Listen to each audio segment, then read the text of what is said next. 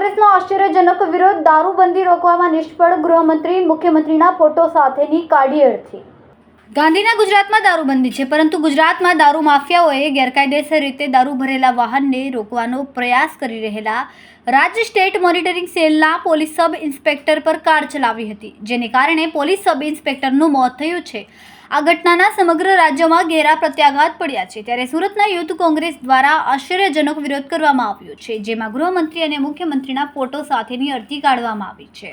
કોંગ્રેસી નેતાઓએ કહ્યું કે ગુજરાતમાં દારૂબંધીના બંગડા ફૂંકતી ભાજપ આશ્ચર્ય હેઠળ વિકસી રહેલા ગુજરાતના ગેરકાયદેસર દારૂ માફિયાઓની તાકાતની તમે કલ્પના કરો છો કે બુટલેગરે સ્ટેટ મોનિટરિંગ સેલના પોલીસ સબ ઇન્સ્પેક્ટરને પોતાની દારૂ ભરેલી ગાડીથી ઉડાવીને મૃત્યુ નિપજાવી દીધું। ગુજરાતમાં છેલ્લા 32 વર્ષથી ભાજપનું રાજ છે, છતાંય ભાજપ ગુજરાતમાં દારૂબંધી કરવામાં તથા અન્ય સામાજિક પ્રવૃત્તિઓ અટકાવવામાં અને ગુનાખોરીનો નિષ્ફળ નીવડ્યું છે અને બુટલેગરો દિવસે ને દિવસે બેફામ બનતા જાય છે। આ તમામ ઘટનાને લઈને આજરોજ લિંબાયત વિધાનસભા યુવક કોંગ્રેસ દ્વારા આંબેડકર નગર લિંબાયત ખાતે ગુજરાત રાજ્યના નિષ્ફળ ગયેલા મુખ્યમંત્રી ભૂપેન્દ્ર પટેલ અને ગૃહ રાજ્યમંત્રી હર્ષ સંઘવીની અર્થી ઉપર અંતિમ યાત્રા કાઢીને આશ્ચર્યજનક વિરોધ પ્રદર્શન કર્યું હતું। આ સાથે જ રોડ પર અર્થી લઈને નીકળ્યા હતા।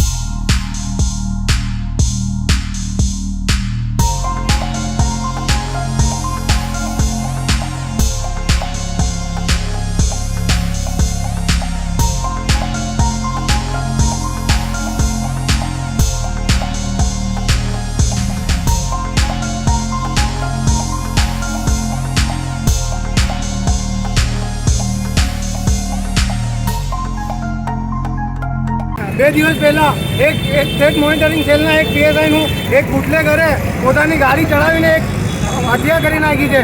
એના વિરોધમાં અમે આજે લિંબાયત યુવક કોંગ્રેસ સમિતિ દ્વારા આજે લિંબાયત વિધાનસભામાં ગૃહ રાજ્યમંત્રી હર્ષ સંઘવી અને મુખ્યમંત્રી ભૂપેન્દ્ર પટેલની અરજી કાઢીને વિરોધ પ્રદર્શન કર્યું છે। ભારે મોટી સંખ્યામાં અમારી સાથે યુવાનો જોડાયા છે, સ્થાનિક લોકો જોડાયા છે। मेरा नाम कादिर शेख है।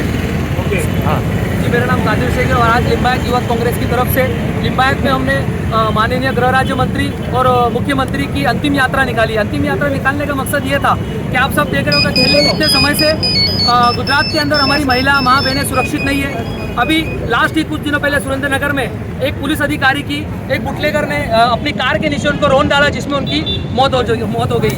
साथ ही साथ अभी तक उसको कोई पकड़ने में आया नहीं है। तो हम लोग ये पुलिस की तरफ से भी काम कर रहे हैं कि गृह राज्य मंत्री से कि हमारी पुलिस सक्षम है, इनको फ्री हैंड है और बुटलेगरों का जो इतने बेफाम हुए तो जरूर कहीं ना कहीं तंत्र का इनके ऊपर बहुत बड़ा हाथ होगा, तभी आज ये इतने बेफाम हुए हैं और किसी की कोई सुनवाई। एक आम इंसान परेशान है तो पुलिस का आज ये हाल है तो आम इंसान क्या करेगा। ये हमारी एक दरखास्त और इसको लेके हम आज हर्ष संघवी जी और मुख्यमंत्री भूपेंद्र पटेल की अंतिम यात्रा निकालने में आई है।